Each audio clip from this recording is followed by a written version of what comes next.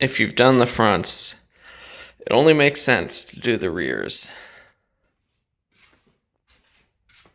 And to access the rears on each side, best thing to do, of course, remove the paneling so you can get back in there where the shocks come up into the trunk and have mounts.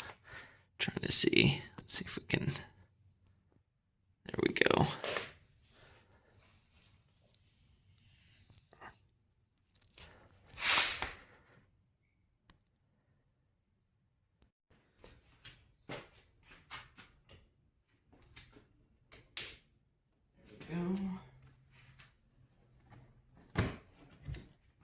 Take out the windshade.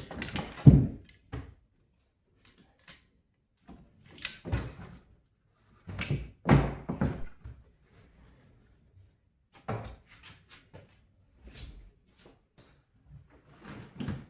this piece out so we can see better. These like that's it. He's pulls around with the rock. That figure part it out. Don't take out the hobby. That's not because they don't want to. Come on, break it. I do have a set of tools, which I highly recommend. Do any amount of auto interior work because they make this potentially easier.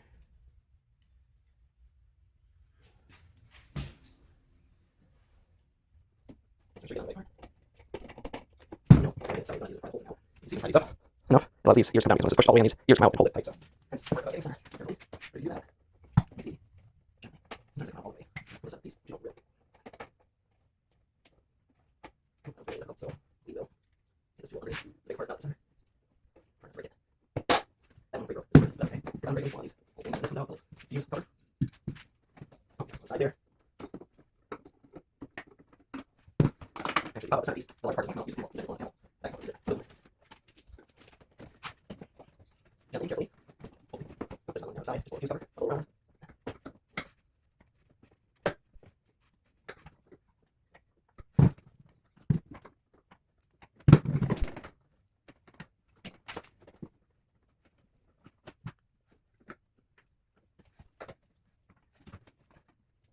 Sometimes they just don't want to come out easy. They just don't. For whatever reason, they rather break than come out one nice piece. There we go. Didn't break that one. There we go.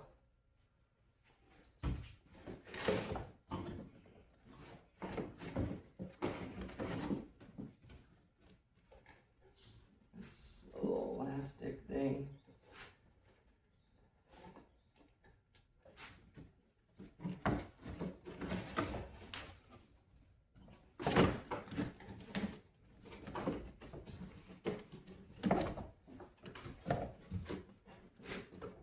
Wind deflector. That just run through like that. Yep, easy enough. So yeah, the little straps for the wind deflector just have to come through the slots on the panel. Oh, there's another one of those. Little fasteners down here. Let's see if we can actually show this. There's one there, one there, one there. Those were the ones you couldn't see, and the ones over there were already missing. But as you can see, the straps just come through the little slots. But I gotta take that one out.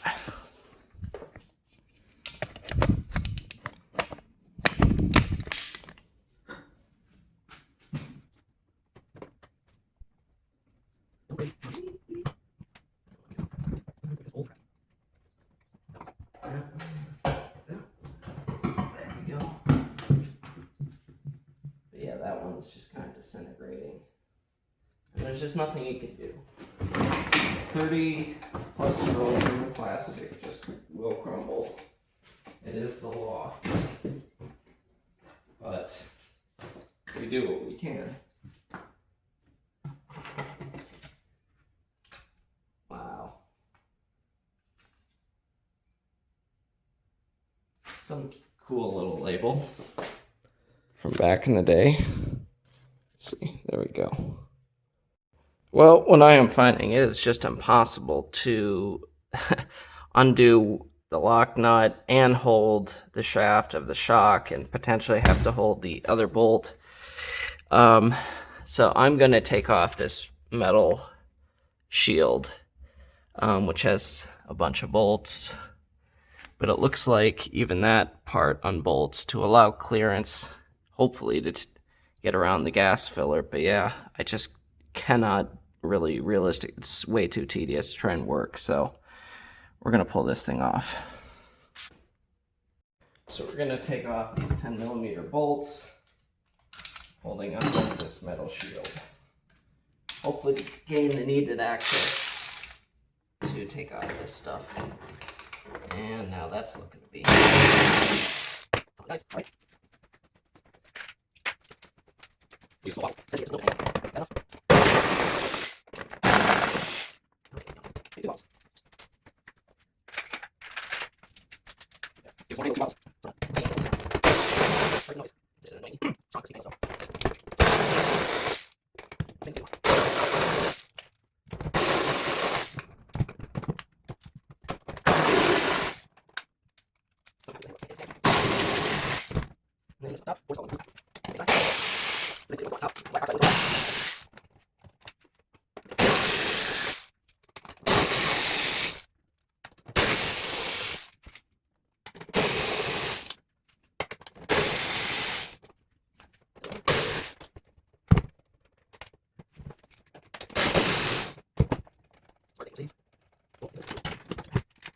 Yeah, that's a little thing, little piece there. Now let's go into the fuel pipe, one there, and one there, and one there.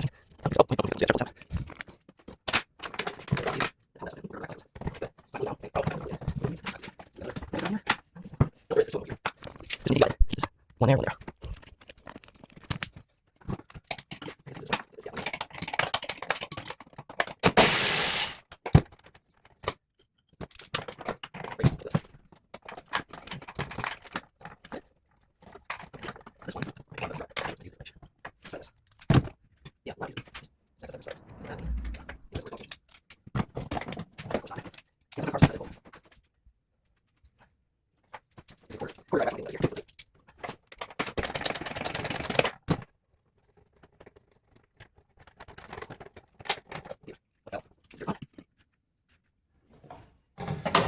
Oh, there we go.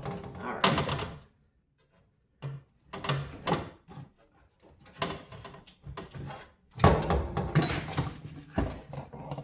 Oh, there's even more stuff holding stuff. Oh, okay. Speed nut of some kind holding something fell down. That's what it fell. Now, I gotta get this off. So I don't know what else. Is this glued down? I fear. Nope. Just gotta pull.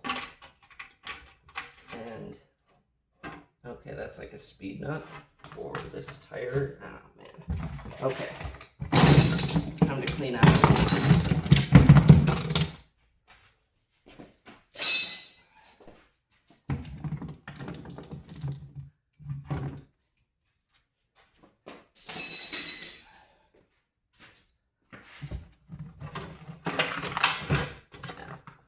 There's little clips that hold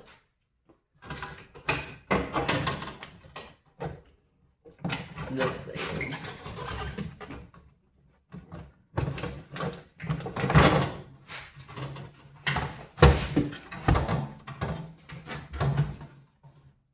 So you gotta press the tab in and then pull it out. Maybe if we just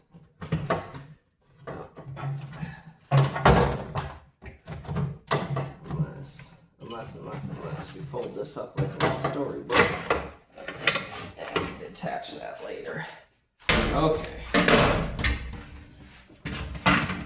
Good gracious. This is high quality stainless. Man alive. They make that well engineered, but a bit complex to take apart. Okay, now we can actually get at stuff. Yeah, there we go. I'm not gonna waste valuable time fighting against a panel. So with that metal panel out, what I found works is use a stubby wrench to brace that bottom nut against the gas tank there, and then use the other wrench and then the ratchet to bust off that top lock nut.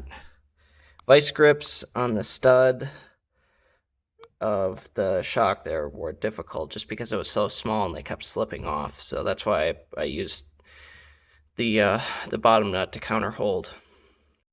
And what I found best to take off the actual mounting nut for the top of the shock is holding the flat of the top of the shaft with an adjustable wrench, because that won't slip, like a vice grip, and then using the long-handled 17mm to actually turn that bottom nut.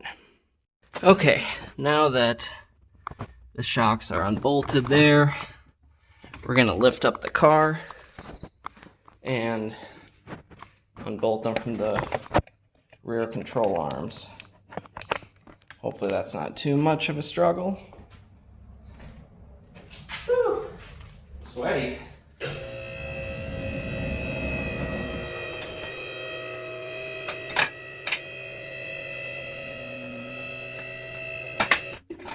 One neat thing is when you raise the vehicle, these essentially just boop, come out because the shocks simply slide out with no bolt up there.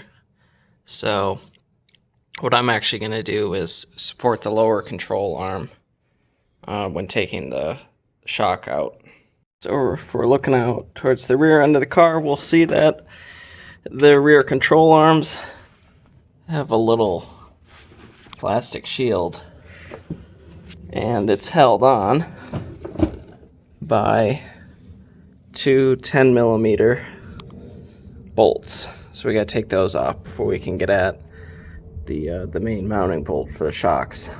After removing the two 10mm bolts on the control arm shields, I peeled it back by pulling away at the edges on the sides of that cover and then down to expose the nut and bolt holding that shock absorber in. I'm not going to take off the cover 100% if I don't have to. So next we're going to take off that nut and bolt. But before that, I'm actually going to remove the wheel, hopefully, without too much trouble. With the wheel off, we got a 17 on that nut and a 17 breaker bar on the bolt side holding the shock absorber in. So let's try to get this out, eh?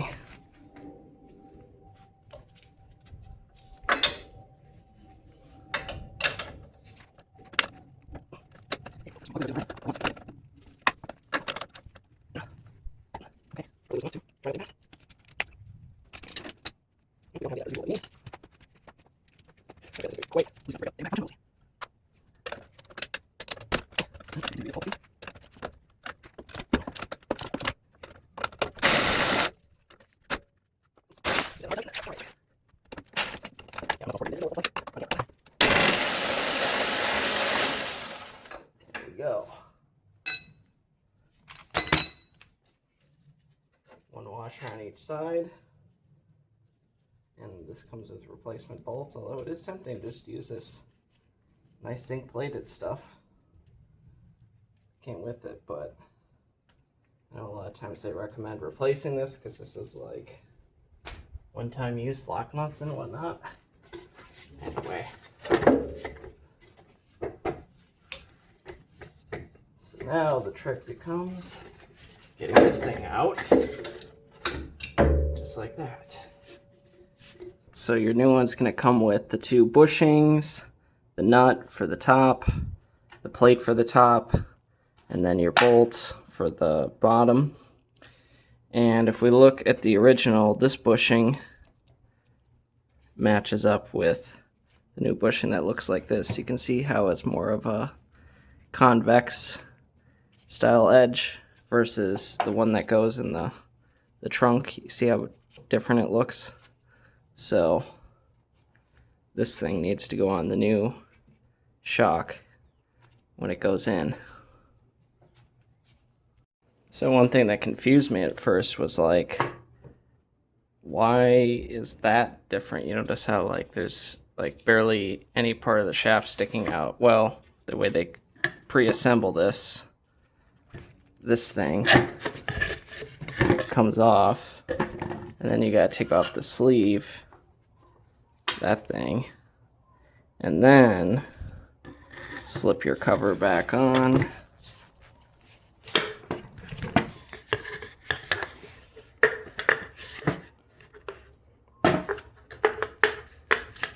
Well, see, nothing ever goes smoothly for the camera, does it? Even the simplest of tasks. Nothing ever goes on simply. It literally should just fall on like that. Okay. Frustrating sometimes when, like, the simplest thing you try to demonstrate.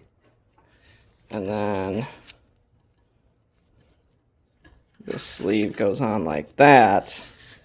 And now we're working with more of an equivalency. Then you can put on your bushing like that. Now I'm going to need two hands because that's a tight fit. Well, hopefully this catches the action. So now we gotta remember how to snake this up in. It must be like.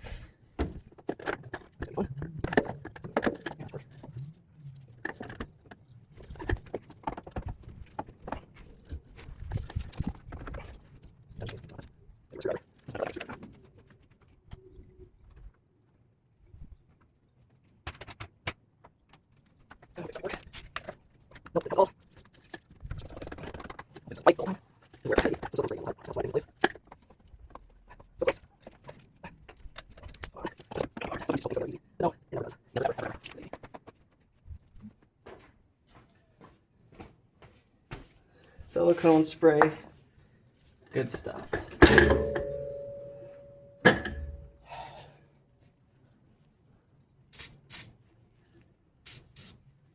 Okay.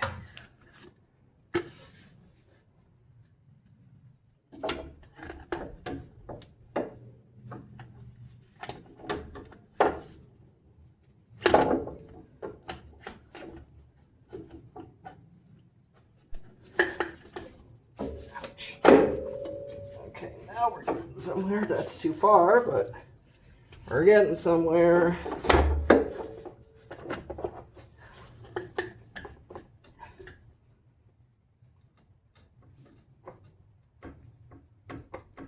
Come on. It's kind of one of those situations where it'll get right to the edge of where you need it. And then if you put a little pressure, it goes way too far. There we go. There we go. Actually, though, we'll put it the original way. The bolt goes through this side. Yeah, like that. Yep. And then that with our lock nut.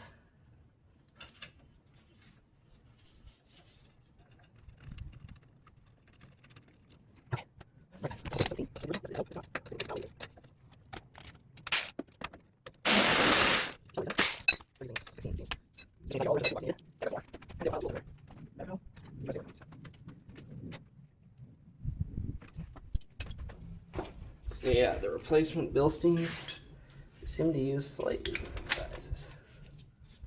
16 in lieu of 17.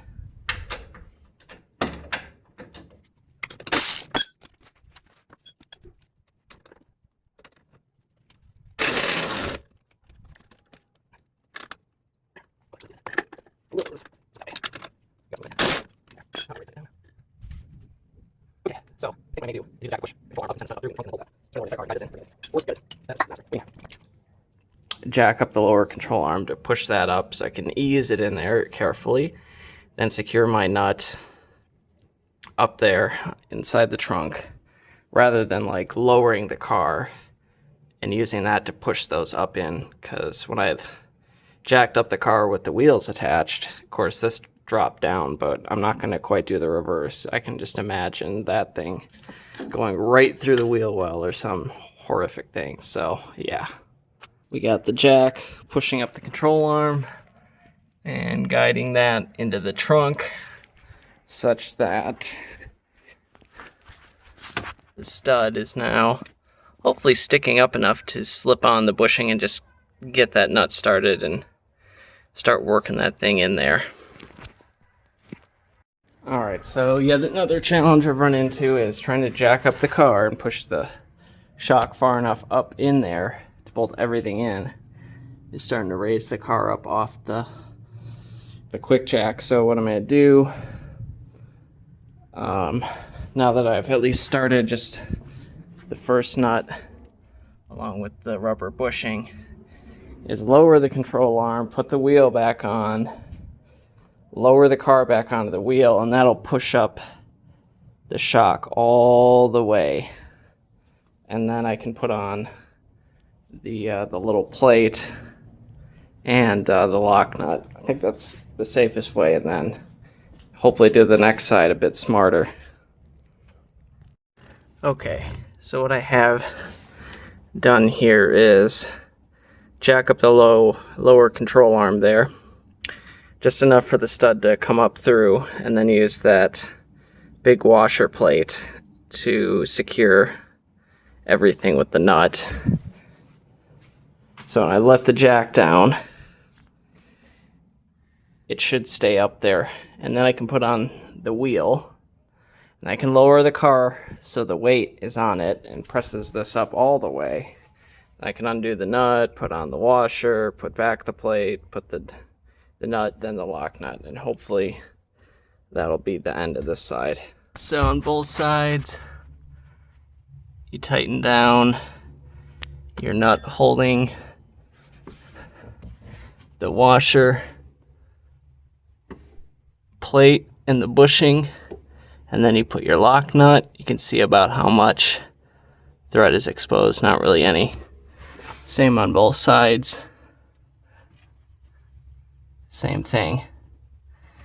And then with the car on the ground, maybe this is overkill, but I tightened the nut and bolt holding the lower of the shock absorber while the car is on the ground with the weight on it.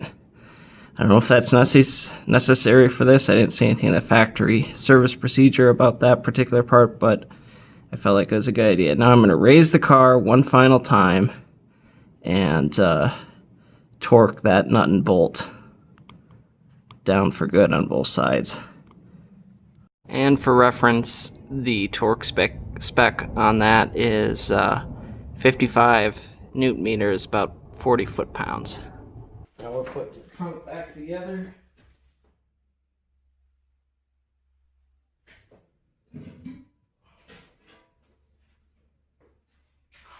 Hopefully this isn't too much of a pain.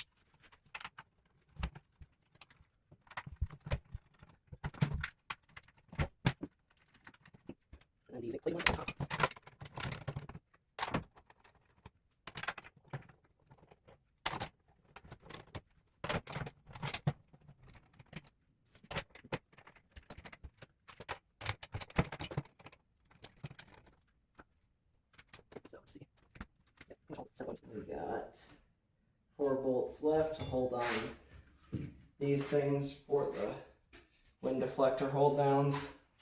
What's nice is they are marked right and the other one's marked left, so that helps.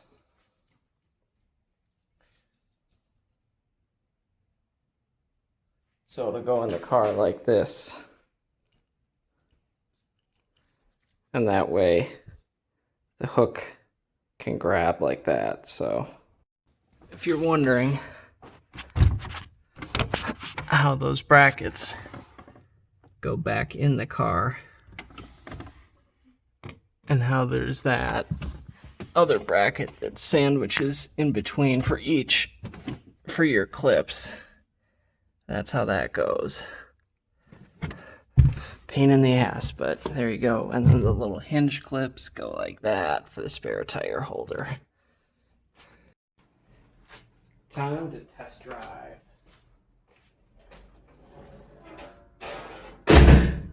Clunk.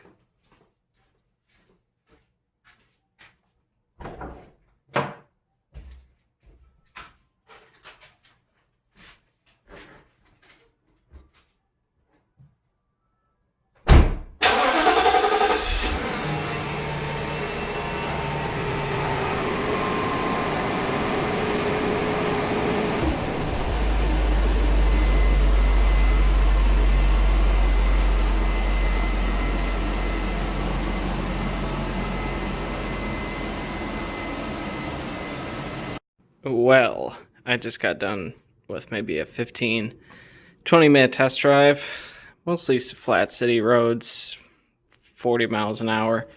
And I gotta say, replacing both front and rear shocks and the mounts, man, it really made this car feel so much more refined and quiet. I mean, obviously it took any kind of jarringness out of any bumps. You don't get the vibration and harmonics that you would even going over small imperfections of the pavement. But what I really notice is, and I granted this car has had an alignment and all the steering components, tie rod, center link, all that stuff replaced up front, and the steering wheel, despite all that, was always canted just ever so slightly, just tiny bit off to the right. But driving now, I mean, it's dead center and straight, and I really wasn't expecting that. And yeah, it really just really brought the car into its own. I couldn't be happier with these Bilstein B4 shocks, OE replacement. So very pleased with the result. Now, if you were doing this job with good jacks and the wrenches and not making a YouTube video out of it, you could probably do, well, in my opinion, if you're taking a reasonable pace and doing things properly, I think it's a 6 to 8 hour job to do the full set of 4. Potentially a little less, especially if you're not filming, like I said, but well worth the job. And I think the total cost on these shipped was maybe $700, $750, something like that. So just keep that in mind. But yeah, it's just do it. What else can I say?